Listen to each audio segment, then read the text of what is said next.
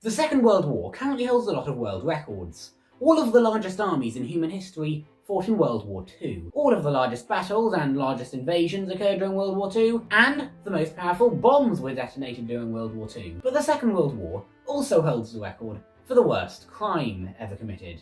If I asked you to give me a vague outline of what happened during World War II, you could probably do it. You'd probably start with the Anschluss and end with D-Day and eventually Hitler's suicide. But if I asked you to tell me the story of the Holocaust in as much detail as you can tell me about the actual fighting during World War II, probably less of you could do so. And that's very unfortunate, because surely the reason the good guys were the good guys in World War II was, well, first of all, was because they were trying to liberate the oppressed territories from their Nazi conquerors, but also because they were trying to cut the Holocaust as short as possible. I also think that a lot of people don't truly understand how awful the Holocaust was. Like, yes, you probably know that 6 million Jews died, and that's a big number, but you're not going to properly register that unless you know the specifics. Obviously, neither you nor I can come close to understanding the true horror of the Holocaust unless we've lived in it.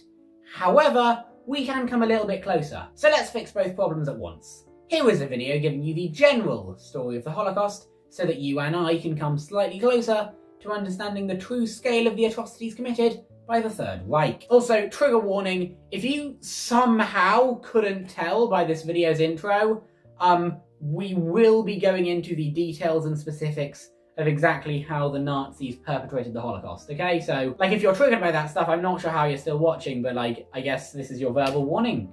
Go. So the key word I want you to keep in mind while listening to this video is efficiency, okay? The Nazis generally acted as though they were businessmen, working out how they could produce a product for their customers at the lowest price to them as possible. What I mean by that is they were going through every single step in the process to think of every single method they could to make this genocide as cheap as they could possibly make it, okay? It got to the point where during one massacre, they would place 2 Jewish heads together to kill 2 Jews with 1 bullet. The Holocaust began in 1933. As soon as the Nazis came to power, they began implementing measures to oppress Jews. The first concentration camp was in Dachau in 1933. It was pitched as a place to re-educate people who politically disagreed with you. In reality, it was a place where the Nazis sent anybody they didn't like, okay? Jews, gays, communists, anyone who politically disagreed with them or had ever said anything bad about them. Because the Nazis didn't just kill the 6 million Jews. They killed 250,000 Roma people, 250,000 disabled people. But then in 1935, the Nazis ramped up their oppression of the Jewish people. That year, they passed the Nuremberg laws. From now on, Jewish people were banned from key jobs that could give them positions of power.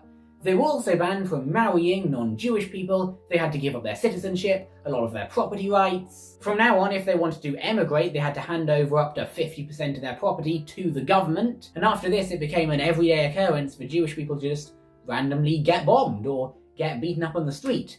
And many Jews began leaving. In 1933, 500,000 Jews inhabited the German Reich. By 1939, all but 200,000 of them had emigrated out of the country. By 1945, 90% of those 200,000 would be dead. In November 1938, things got worse. Over the course of 3 days, Nazi officials and civilians attacked Jewish shops and businesses. 200 synagogues were destroyed, 91 were murdered.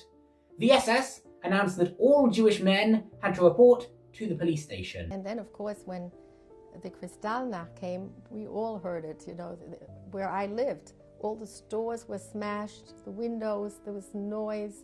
I remember that. And even everybody all the men had to report to the police station. That's when they rounded up the men. So voluntarily they had to run.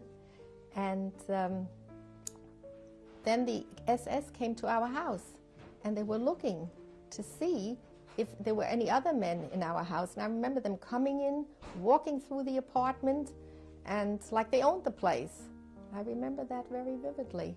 And my father went to the police station and he didn't come home. We didn't know where they were going, the men. And then somebody came and said, you know, we saw they were shipping out the people out of the city. Ruth's father was one of 30,000 men sent to concentration camps in this manner. Nobody said hello to you anymore. No Gentile. They all became your enemies. It was very unpleasant, like even the people in the building upstairs, those top floor tenants, they wouldn't look at you anymore. But events like this can never ever be undone. In the interview, Ruth went on to say that she had nightmares for the rest of her life about the Nazis chasing her down, and her father came back from that concentration camp a very different person. Again, which concentration camp was your father My in? father went to Buchenwald. And how long was he there? 3 months. He came home. He looked, no hair. You know, he was completely bald. They had shaved off his hair. And he was screaming. His nerves were completely, every little thing that happened, he threw himself on the floor and he was screaming. I remember that. He wasn't the same person as when he left. He had seen so many atrocities even then. That was before the war. People committing suicide and being hung and all kinds of things. When Hitler invaded Poland in 1939, he had some very big plans for the country. He wanted to completely suppress any kind of Polish autonomy. He wanted to make the Polish people a slave race. And to do that, he employed these people called the Einsatzgruppen. The Einsatzgruppen were groups of German soldiers who were assigned with killing absolutely anybody who could ever be a rallying point for Polish independence. Anyone who could potentially lead a Polish resistance against the Nazis or a Polish independence movement was killed. Hitler began his invasion of Poland on the 1st of September 1939. By the end of the year, his 2,700 Einsatzgruppen had killed 65,000 people. What sort of people do you think they were killing? Well, they were killing teachers, clergymen, politicians, intellectuals, elites, industrialists, dissidents, certain soldiers. Absolutely anybody the Nazis feared could instigate a revolution against them. And what's even worse was the plans he had for the Jewish people. You see, Warsaw was the second largest Jewish city in the world after New York. A third of the people who lived there were Jewish. Hitler decided he would force all of these people to live in an area equivalent to 3% of the city's surface area. You see, the Nazis were creating these things called ghettos. Ghettos were areas of a certain town or a city where every Jewish person in the area was going to be forced to live in. That would keep them contained and allow the Nazis to relocate them wherever they liked or kill them, which is what they ended up deciding to do, but we'll get to that later. The Warsaw Ghetto was just one of 1,000 ghettos built by the Nazis across Europe. The last one was destroyed in August of 1944 by the Allies. The Jewish people who were forced to live in them had to pay for the maintenance of these ghettos out of their own savings. In exchange, they were given rations of 184 calories a day. That's why a lot of Jews, mainly children, were forced to sneak out over the ghetto walls to look for food. With so many people packed into such a small space, disease of course ran rampant. And when certain people started suggesting that they should get ahead with that final solution, one of the arguments they used for why they had to kill every single Jew in existence was that there was disease spreading in the ghettos, and if they weren't careful, that disease would spread outside the ghettos to them. The Nazis also put together councils of Jews who had to run the ghettos themselves, and they would even call in Jews from a different town to come and police that ghetto, to keep all the other Jews in line. The Jewish councils who ran the ghettos were forced to provide to the Nazis a list of names of Jews from that ghetto who would be sent to the east for resettlement. What the Nazis failed to mention was that that resettlement was going to be to the afterlife. Adam Chernikov, a high-up member of one of the Jewish councils, killed himself after the Nazis refused to abstain from sending even the orphans to resettlement. And then they invaded the USSR. 3,000 members of the Einsatzgruppen were sent to Russia. Thanks to them, by the end of 1941, the 83,000 Jews in Latvia would be down to 3,500. By the end of the war, that would be down to 800. The Nazis also saw the Babi Yar ravine near Kiev as an opportune place to kill Jews, because it was a ravine. You didn't have to bother digging graves. And so, when they captured the city, the Nazis put out a call to action to all Jews in Kiev to come and show up at their lines. Many of the Jews expected that this was a resettlement operation. After all, why else would they be told to bring so many valuables and winter clothing? The Nazis expected maybe 5,000 or 6,000 Jews to show up. Instead, half of the city's 60,000 Jews showed up. And this was one of the bloodiest single incidents of the entire Second World War. The Jews were confiscated of all their winter clothing and their valuables, and then they were sent towards the ravine. The Nazis shot them all and threw them into the Babi Yar ravine. Of the 30,000 Jews at Babi Yar, there are 28 known survivors. Of course, the Soviet Union wasn't treated much better. When the Nazis said they wanted to conquer living space, they didn't mean they wanted to conquer empty space where nobody was living. No. They wanted to conquer already inhabited space and shoot and kill the people who lived there. Heinrich Himmler believed that 30 to 50 million members of the Soviet population would have to die. And actually, they got quite close. The most commonly cited estimate says that 27 million members of the Soviet population died during the Second World War. By the end of 1941, 3.2 million Soviet soldiers had been captured.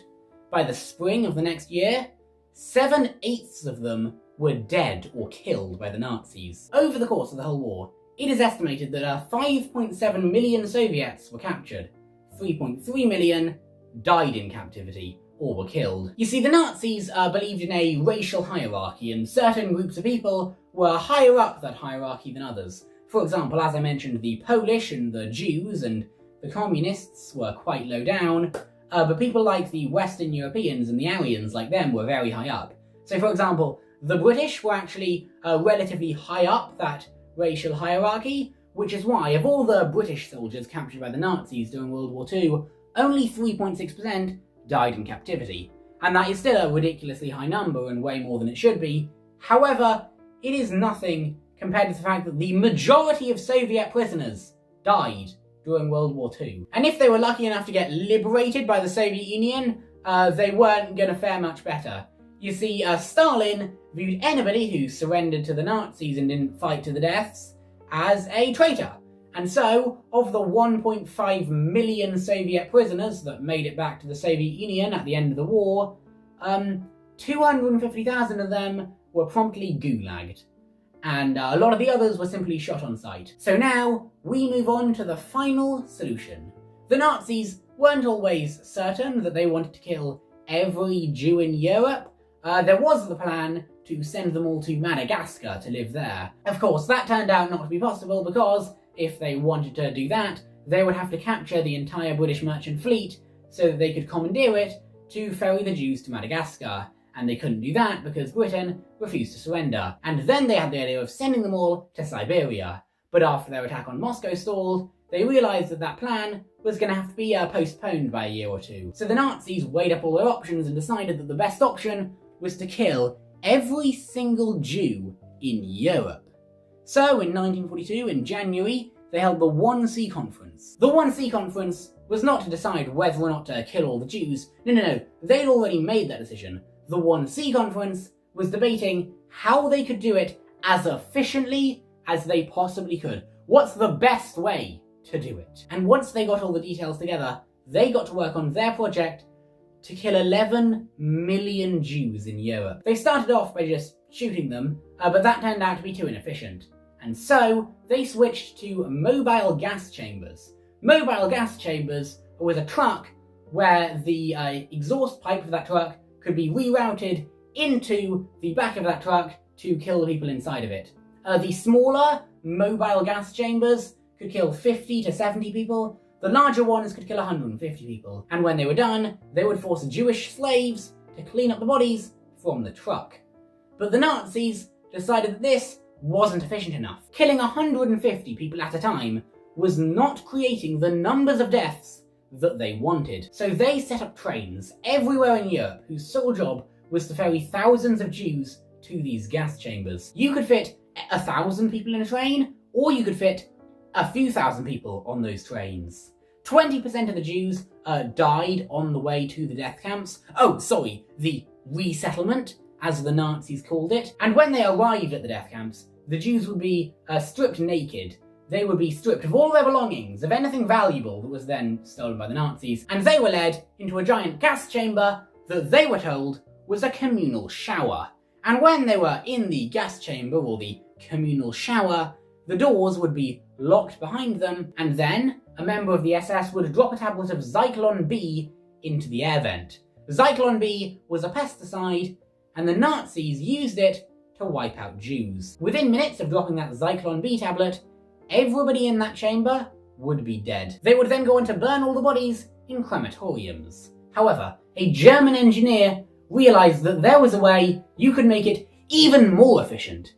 He learned how to harness the power of a crematorium to heat the room to exactly 26 degrees Celsius, the temperature at which Zyklon B is the most deadly. And with all these new methods of industrial genocide, the death camp at Auschwitz-Birkenau killed 264,000 people in 2 months. Of course, some of the Jews were unfortunate enough to get experimented on. For example, there was this one guy called Joseph Mengele who did experiments on twins, and if one twin died, he would kill the other so he could perform a comparative autopsy.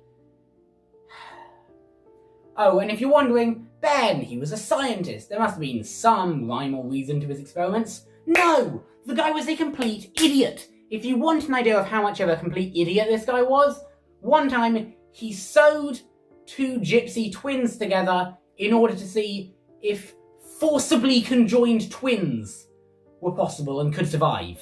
And the answer's no, they both died. Allow me to play you an interview clip from one of Joseph Mengele's victims to explain to you the kinds of things that he would do to these people. On alternate days, Tuesday, Thursday, Saturday, they would take us to a blood lab.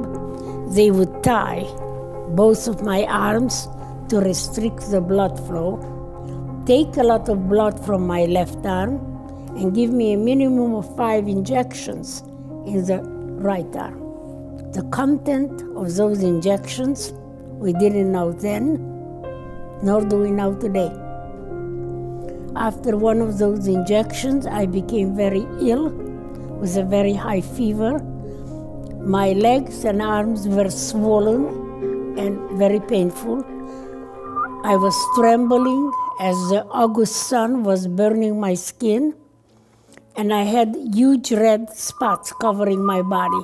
Also, do you remember that camp I mentioned earlier, Auschwitz-Birkenau, which killed 264,000 people in 2 months at its height?